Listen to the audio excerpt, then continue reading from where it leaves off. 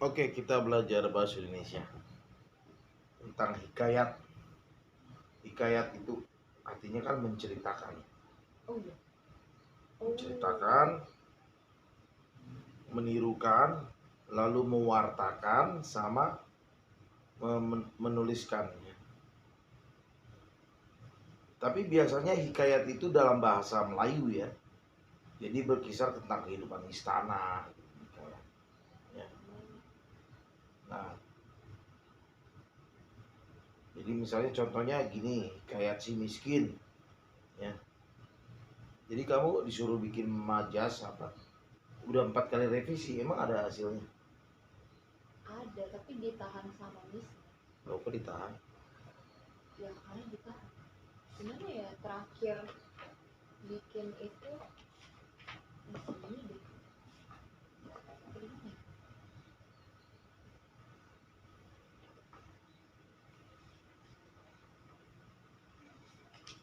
Oh iya, iya, ditahan sama Missnya. Jadi harus ada majasnya. Harus ada majasnya di setiap. Misalnya gini, eh, tumbuhan itu menari-nari di hadapan. Iya, kayak gitu. Menari-nari itu kan hanya untuk manusia, kan Iya, bisa tumbuhan menari-nari. iya, gitu. Itu kan itu majas personifikasi, menirukan apa yang manusia lakukan. Ada juga Oh, majas hiperbola. Tahu apa hiperbola? enggak. Melebih-lebihkan. Wah, wajahmu ini cantik sekali seperti Dewi Kayangan. Oh, Atau misalnya eh, apa namanya, apa ya, wah, hatiku sakit sekali seperti mau mati rasanya. Wah, itu melebih-lebihkan, melebihi. Kalau majas litotes itu menyindir. Wah, tulisanmu cantik sekali, saking cantiknya nggak bisa dibaca. oh, iya, Itu iya. menyindir. Itu majas harus mengandung unsur itu, hikayat. Nah, jadi antara itu sama nggak hikayat dengan cerpen? Beda. Hikayat itu ya, itu sebenarnya adalah cerpen juga, bisa dikatakan cerpen, Oh iya. cerita pendek. Tapi kalau hikayat dia masih agak lebih panjangnya. Kalau cerpen kan lebih dipendekin lagi. Ya, misalnya kayak ini hikayat si miskin. Nah,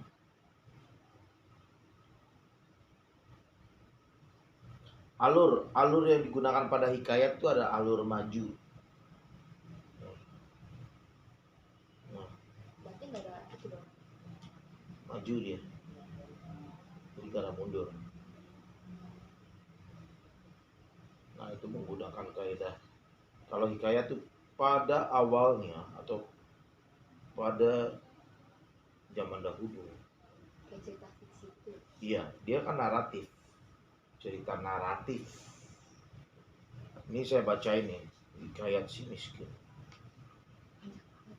Ya kan kita ambil yang ini aja, awal-awalnya. Asalnya Raja Kaya kan menjadi karena disumpahi oleh Batara. Nah, ini hikayat si miskin. Lalu dia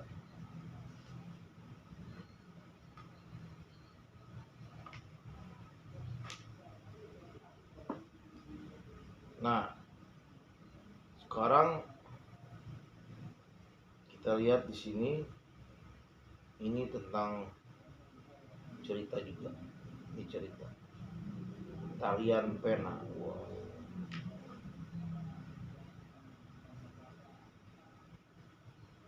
Jadi fiksi. Jadi hikayat dengan cerpen itu adalah fiksi. Fiksi itu tak maksudnya, tahu nggak artinya? Nggak nyata.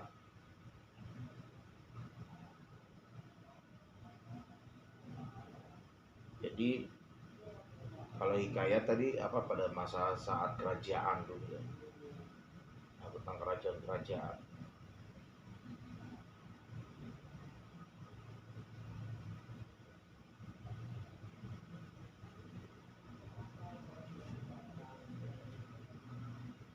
Ini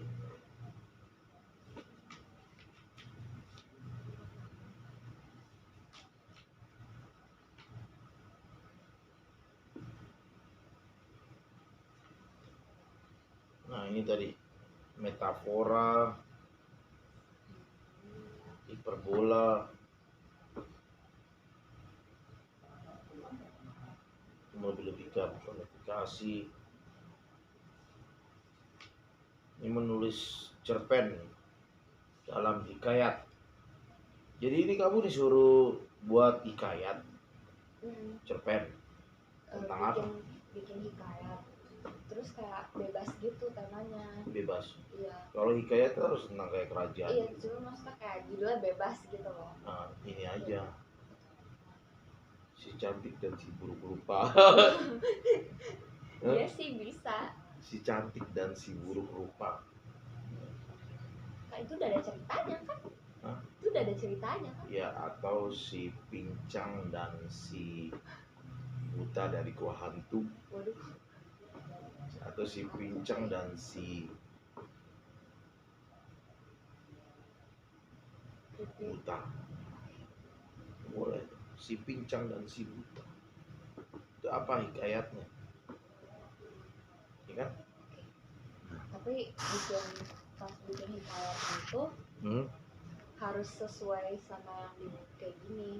Sesuai. Kayak maksudnya apa ya, bahasanya pas diubah ke cerpen itu pakai bahasa sendiri, kayak bahasa sehari-hari gitu. Kan kalau rata-rata di cerita hikayat ini kan kayak bahasanya baku gitu, agak baku. Bahasanya? Kayak agak baku. Enggak. Emang iya? Ini Terus katanya diubah ke cerpennya itu pakai bahasa sehari-hari. Terus nanti diceritakan ulang di depan. bisa sih. Ya benar itu aneh. Iya, teman-teman saya pada ngambil di Google. Susah. Yes. Tapi bisa tahu. Kecuali kalau kamu mau bikin sendiri. Atau misalnya hikayat si guru dan si murid. Si guru dan si murid pada awal dahulu di sebuah kerajaan hiduplah seorang guru yang miskin dan Murid yang kaya. Gitu.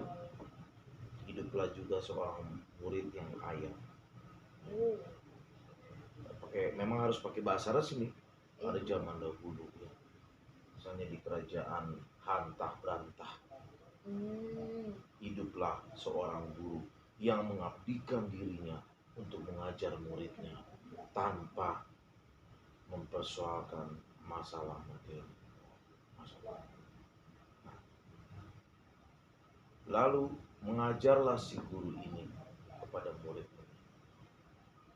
Dan si guru mengajarkan matematika, IPA, dan bahasa Inggris.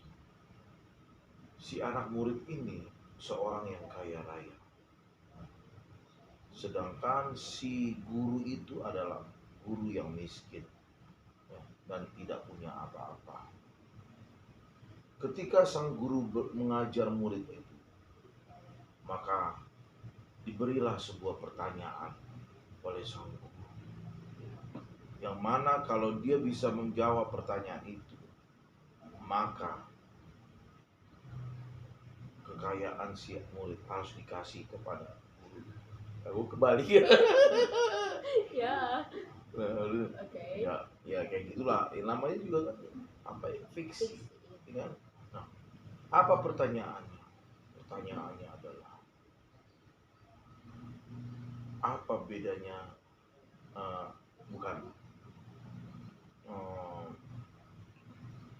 mana yang menang, semut atau gajah? Lalu si murid berkata, menjawab, ya pasti gajah lah, dia lebih besar. Tapi sang guru berkata, tidak. Ya, kenapa? Gak tahu. Ya saya tanya, ya, kenapa semut bisa menang dalam gajah? Karena semut bergerombol. Iya gak sih? Karena semut ada di telinga gajah itu dan menggigit gajah itu sehingga dia kesakitan. Pantes. Ya, Iya benar. kayak gitu aja hikayat. Lalu karena si kita nggak usah lah ya bikin hikayat si miskin aduh. Lalu guru itu sambil bercanda dia berkata, kalau benar kata murid itu, kalau semutnya bergerombol lebih sakit lagi telinganya, Iya. bahkan bisa berdarah. Akhirnya menanglah semut. Yeay. Karena semut itu tidak diinjak, dia naik ke telinganya. Iya, karena kecil. Kecil, masuk ke telinga. Lalu kata murid, oh iya benar juga ya Pak. Kok saya nggak kepikir katanya kan. Nah, itulah kehidupan. Dan kehidupan ini seperti roda pedati yang berputar. Nah, masuklah majas personifikasi itu. Seolah-olah. Nah gitu maksud guru kamu mungkin begitu. Iya. Nah, lalu berteriaklah kesakitan si gajah seperti hendak mati rasanya. Nah itu majasnya hiperbola udah masuk juga. Gitu. Ya. Nah di sini ada penjelasan tentang majas juga.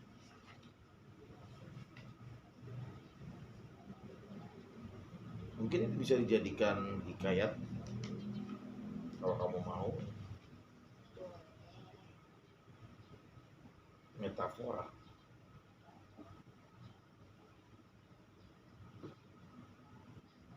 Lalu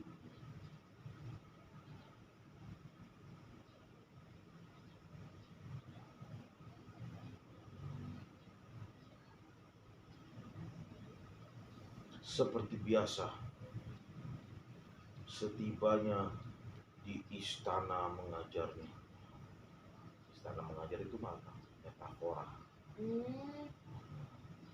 Istana mengajar itu maksudnya di sekolah lah ya, tapi diganti dengan istana mengajar. Ya. Si guru itu merupakan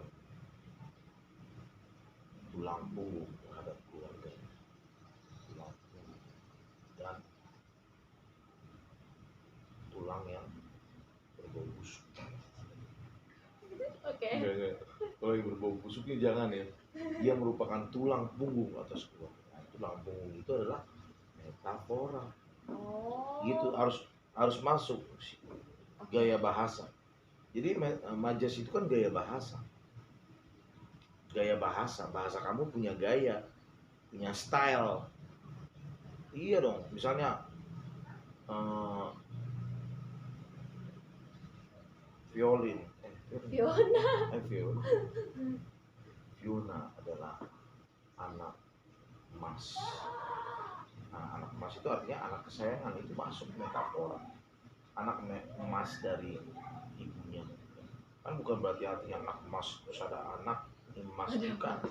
Tapi anak kesayangan. Jadi harus masuk itu unsur itu. Masukin aja. Paham kan? Oke, mengerti? Ngerti. Oke, udah dulu bahasa Indonesia.